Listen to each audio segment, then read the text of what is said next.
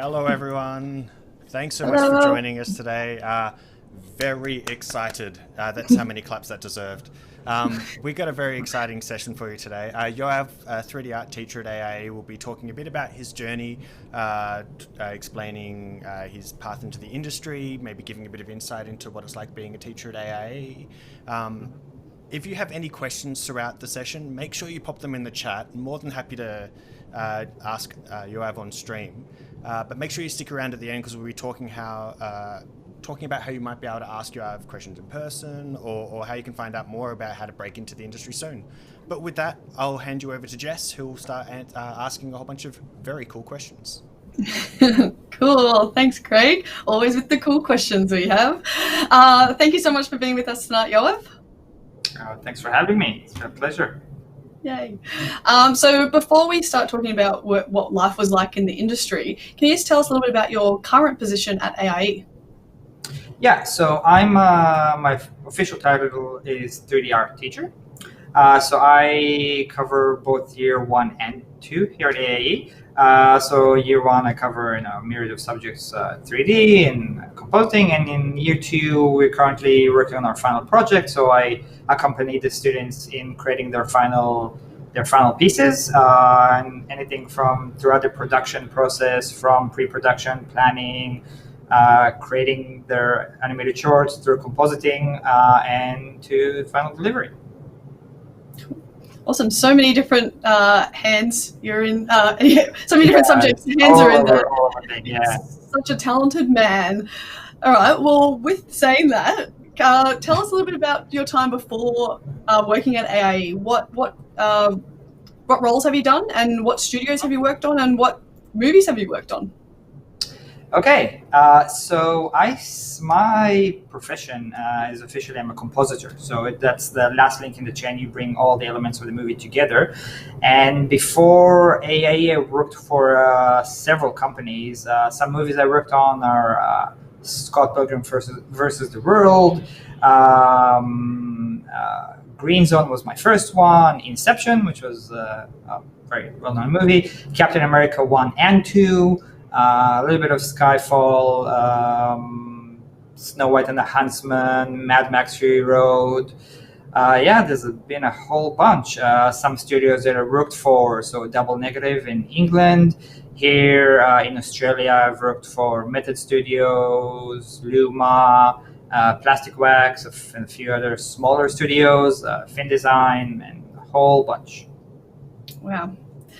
Amazing. So many cool blockbuster films there as well, and I'm sure so many of our viewers at the moment have seen all of them. Hopefully, if not, they've got a bit of a list to go from. Well done.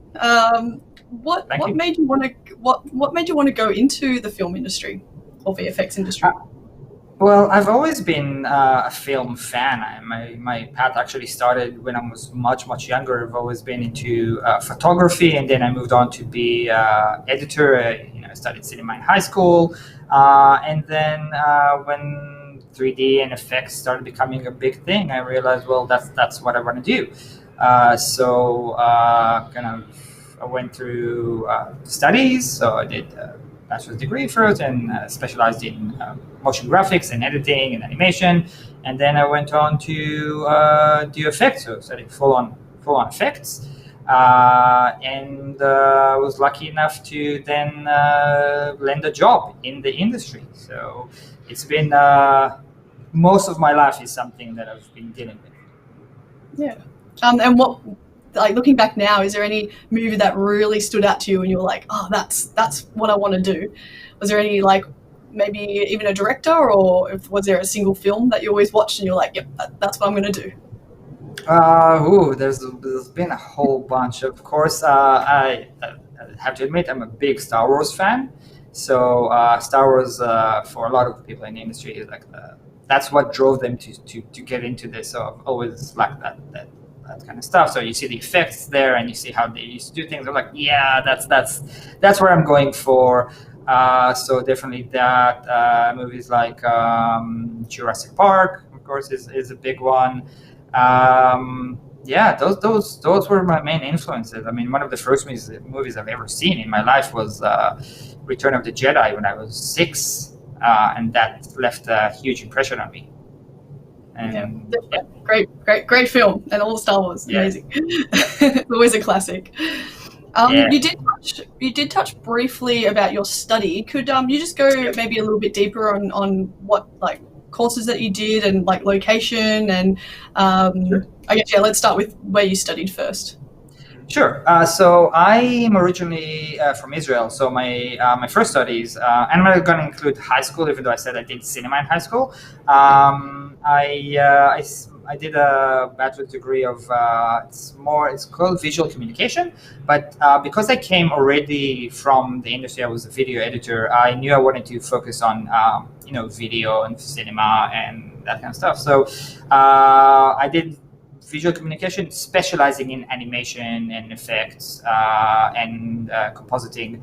So that's where I got my start. And then I had a few jobs working as motion graphics, a little bit of animation, working on ads. There's not too much of a film industry in Israel. So when I realized that I want to kind of move a little bit forward, I moved to England, and then I continued my studies.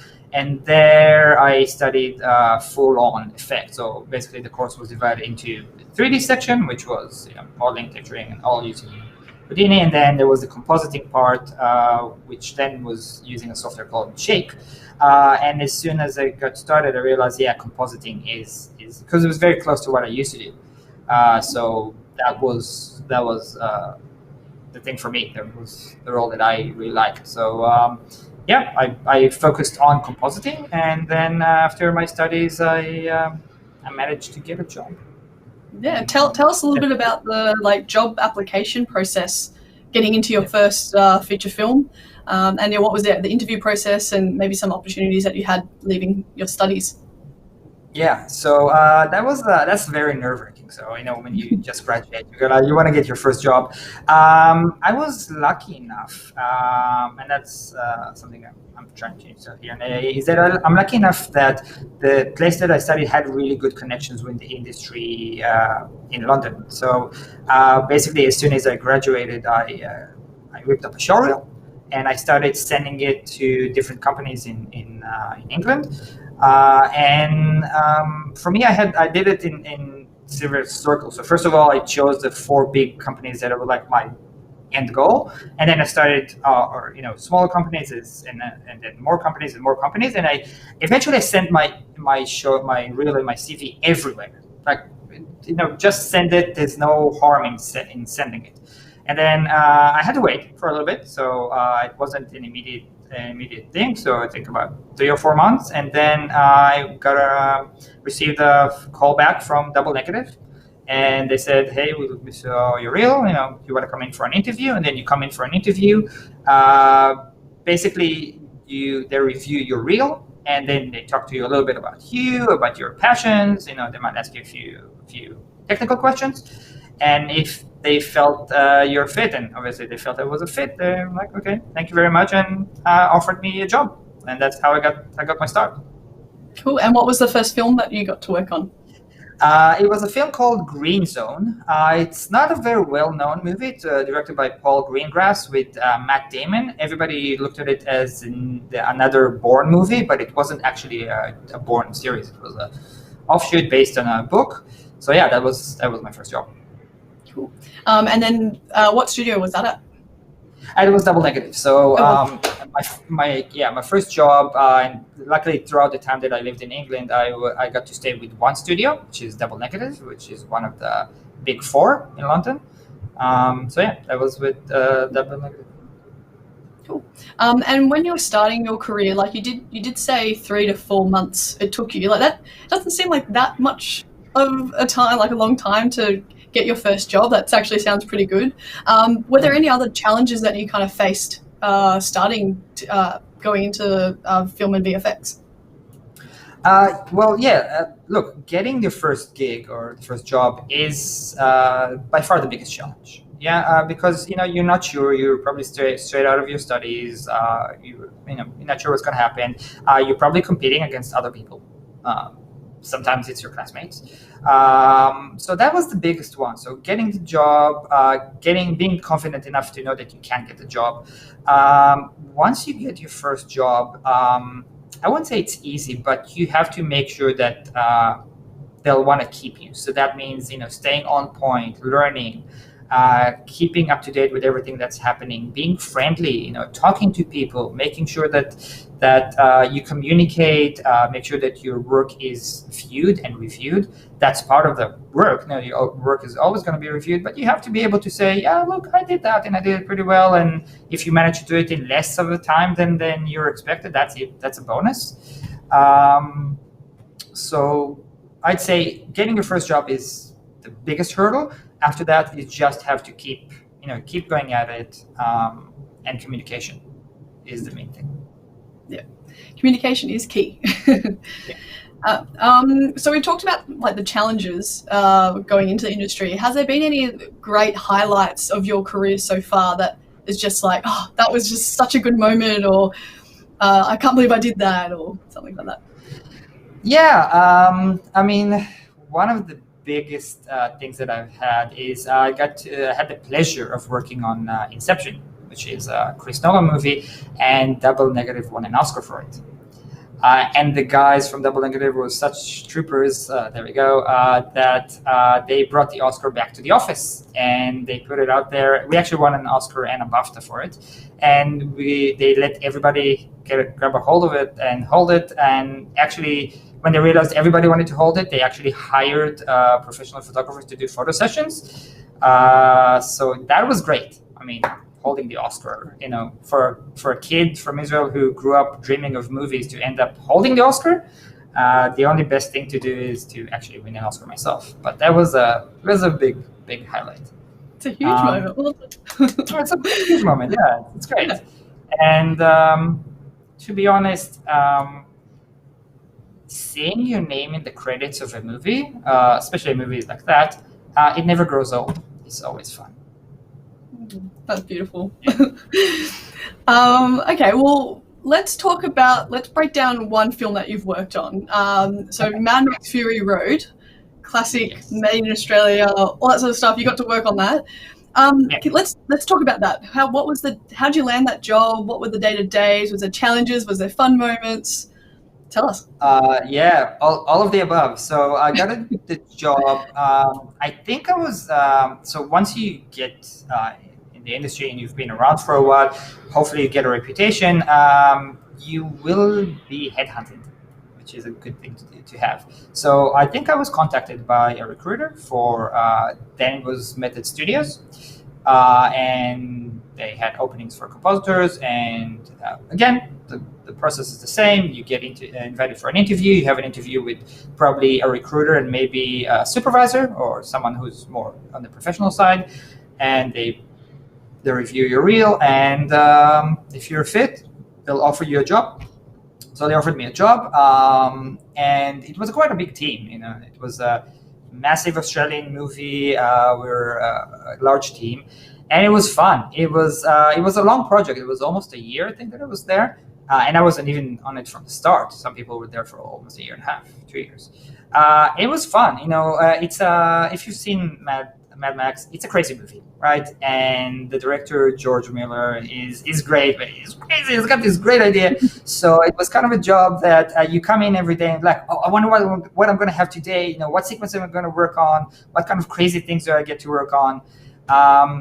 So that was fun. And the fact that we had a big team and it was a relatively long project, so you get to kind of bond with the team. You start developing kind of a group morale. We had this thing that on Friday around 4:30, just as you start winding down, we'd have don't tell anyone, we'd had Nerf battles in the studio, but all the Nerf guns were broken, so we just throw the darts at each other just to kind of unwind. And it was fun. There's been like every other project, there were great things. So you got some cool shots to work on, and you've got challenges. So sometimes you get tasked with this massive shot that it takes you a while to crack, and if you crack it, you feel all the better for it. Wow, that's so good. I can imagine you guys with the Nerf bullets, and like maybe your team leader or something. Everyone's just like picking on them for the end of the week, like all the shots you made us do this week. It was just like a bit of taking out on each other. Yeah, it was pretty much like that. It was a free for all, just everybody chucking Nerf darts everywhere. It was great fun, and the fact that the team was it was a very light-hearted team. There was no everybody. It was also a lot of excitement because it's an Australian IP, because it's an Australian movie, and because it's so out there. Everybody was excited about it.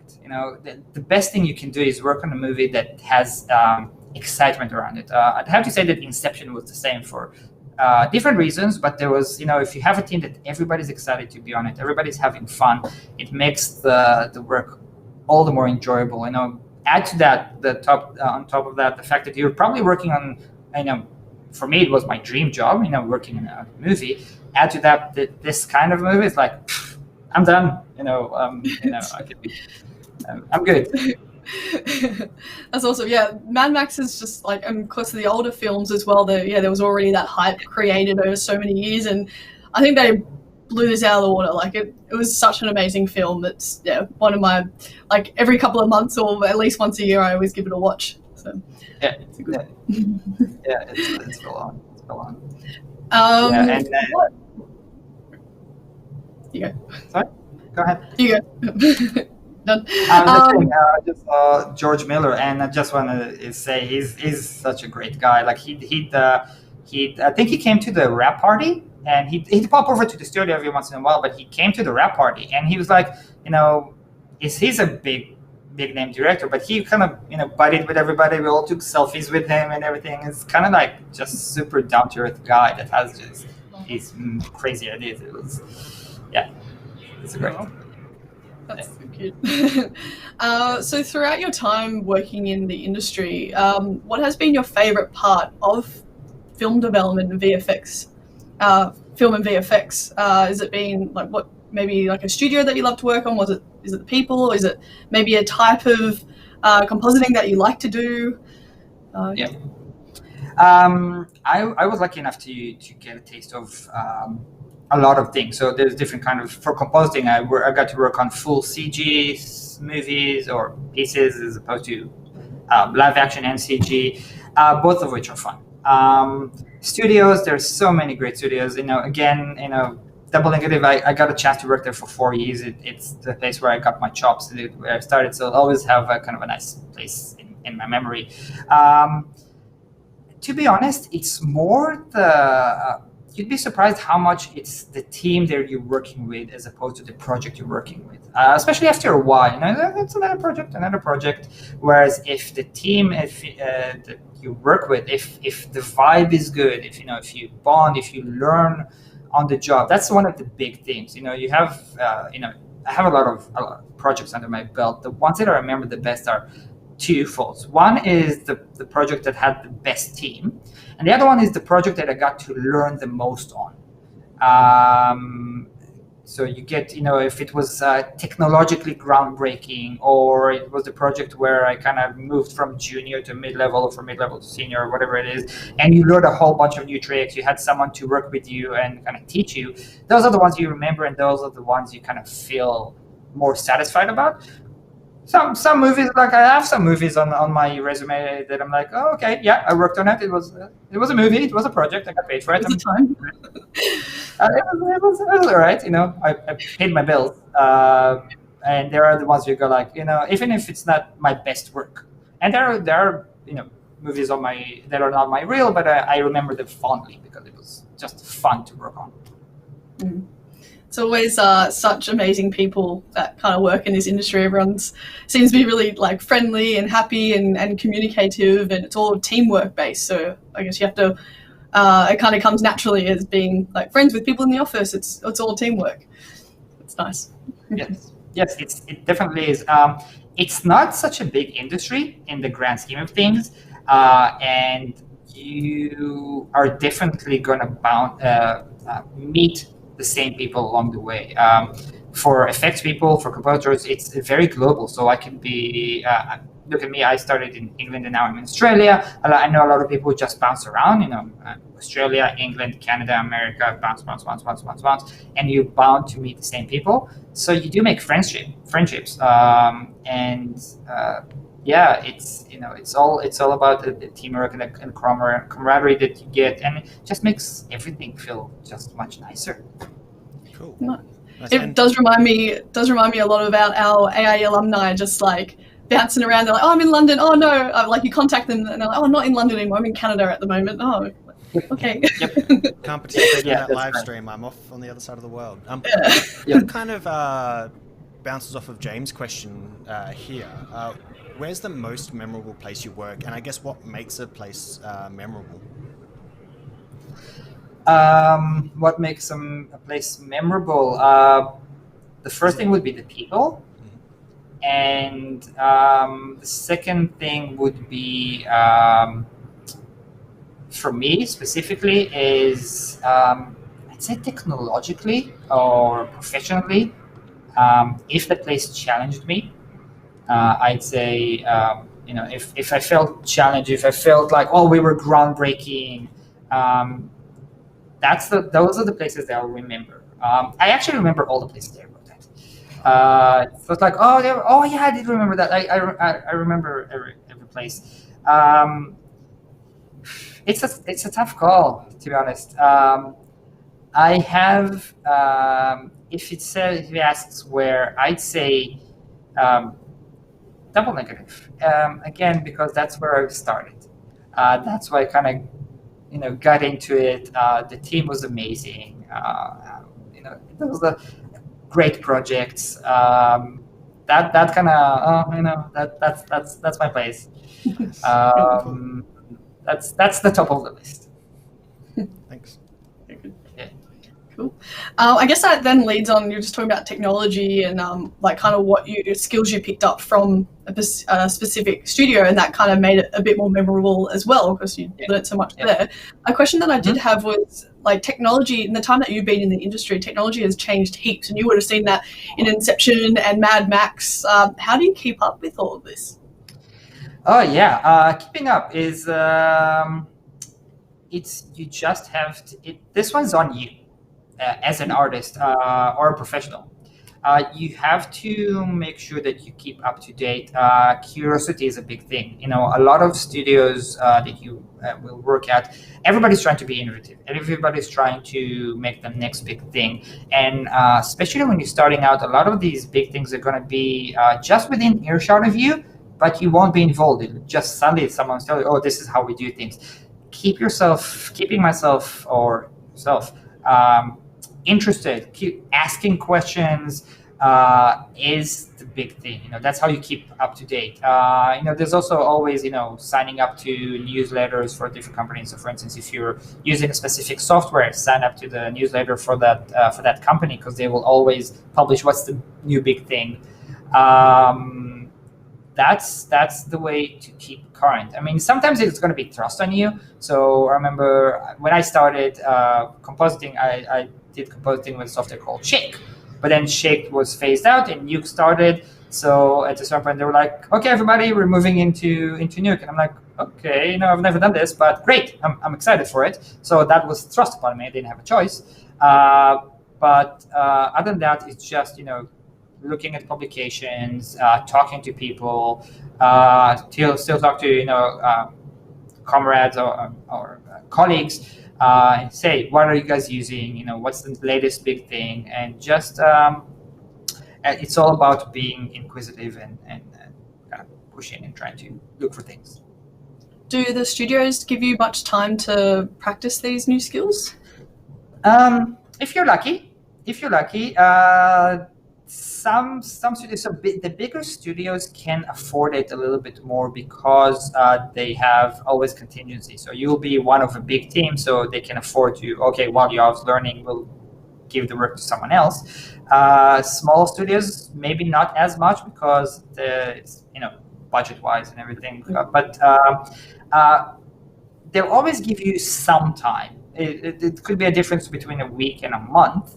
But you'll always get some time. But it's always your responsibility to sort of complement that. If you realize that your current job can only give you a day to learn their system, stay after hours and if you can, and learn it on your free time.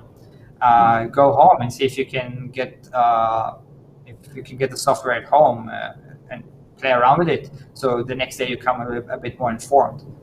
So just be the best. Yeah. Some big studios do offer training, like on studio training, but that's not the rule. That's the exception. Yeah, makes sense. You've had such a successful career in the industry. Looking back now, would there be anything that you would tell your younger self? Good question. The first thing I tell myself, my younger self, is don't stress, don't worry that much. As I said, you come out of your studies and you're stressing out. As long as you're fairly confident, as long as you put in the effort and you work your hardest, you will be able to get a job. I admit I was worried, and when I graduated, I was like, I expected to get an offer straight away, and it's like 3 months, and I'm like, nothing's happening. So let's say chill a little bit. I tell myself, keep pushing, keep learning, ask questions. Not that I didn't, but maybe I could have done a little bit more. There's always more you can do. And trying to stay connected, not just rock up to a place, do your job, and that's it. Try and kind of see where you can branch out, where you can learn more. That's mostly it. Yeah, I'd say. Nice. And do you think you'll be, or do you want to be working on any films anytime soon? I'm perfectly happy here at AIE. But look, there's always the itch, right? There's always the itch. It's a bit of a dry spell right now for obvious reasons. But if a project came along that I'm like, oh, that's exciting. I mean, Sydney is now having a branch of ILM open here, Industrial Light of Magic, which is, talking about Star Wars. ILM is the be all and end all of effects. If they called me and say, hey, we have a project, are you available? I'm like, can I say no? There's always the itch, but I enjoy my work as a teacher. It gives me a lot of satisfaction, and I get to learn a lot of new things. But if the right project came along, I might seriously consider it. Nice. Yeah. Hopefully ILM at some point in the future would be awesome. Oh yeah. Yep, definitely. You kind of touched on this question or this answer before, talking about what would you say to your youngest self. But for those out there watching today, wanting to go in the film VFX industry, do you have any advice for them?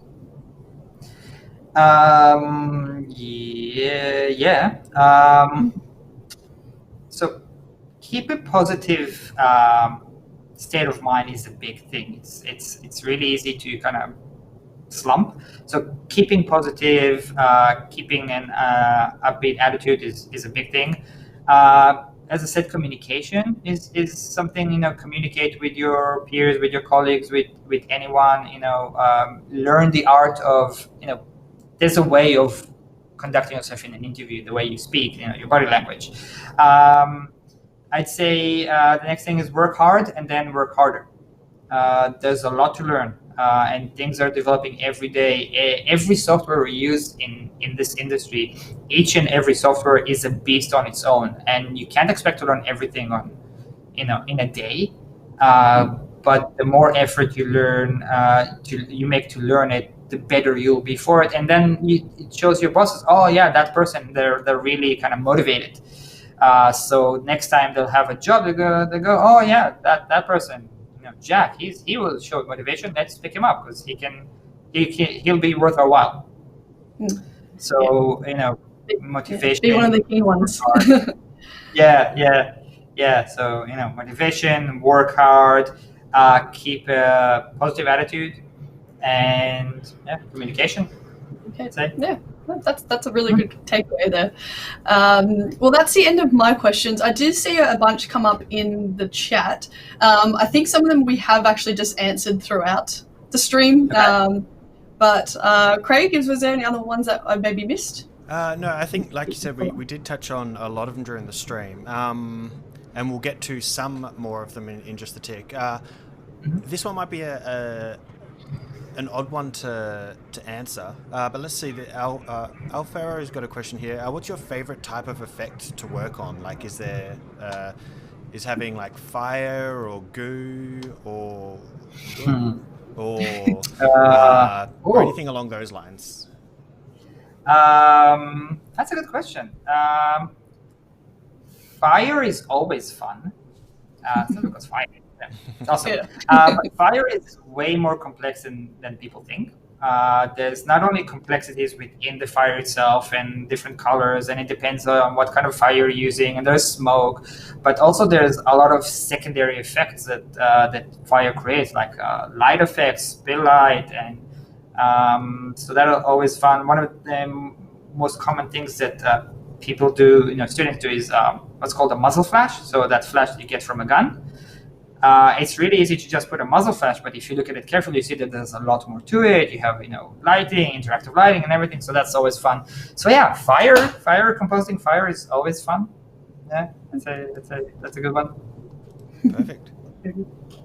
That's the bulk of them. The other one, like you said, Jess, we touched on. I guess, you touched on advice for getting into the industry. Awesome. Yeah, cool. There was one question about online open day. Yes. Yeah. So just before we go, thank you so much for being with us tonight, Yoav. We'll just quickly talk about thank you, and I'll see you tomorrow in the office.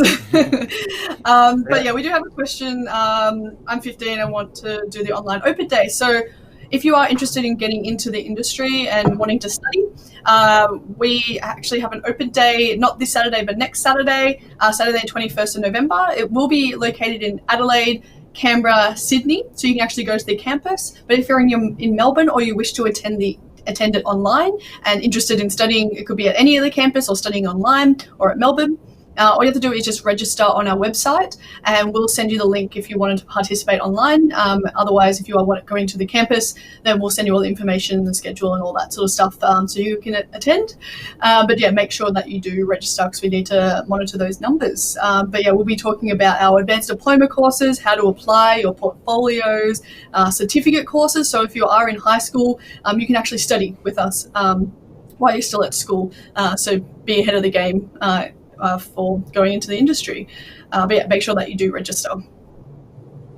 Cool. And I guess if you're also interested in applying for 2021, applications are open right now, and you just jump on our website, hit the big apply now button, and it's just based on a portfolio and an interview. Very casual portfolio interview. Yeah. And I guess this wasn't a planned question, Yoav, but as far as what kind of stuff do you like to see in a portfolio? Just, I guess, a short version if someone wanted to apply. So what I would like to see is I want to see that creative spark. It could be drawings, it could be 3D artwork, it could be sketches, it could be anything. I always like to give the example of we once had someone who brought in a spice rack. He made a spice rack out of wood and everything, but it shows such creativity and understanding for 3D objects in space that, like, yeah, sure, come in. So as long as you show me that creative spark, I'll be happy. 3D knowledge is a big bonus, big bonus, but it's not a must. Cool. Sounds good. I think we'll leave it there tonight. Thank you so much, everyone out there, for tuning in, and thank you once again, Yoav. It's been a delight to understand a bit more about your background and how you ended up here. Thank you, guys. It's been fun. Thank you. Bye. See you, everyone. Bye. Bye.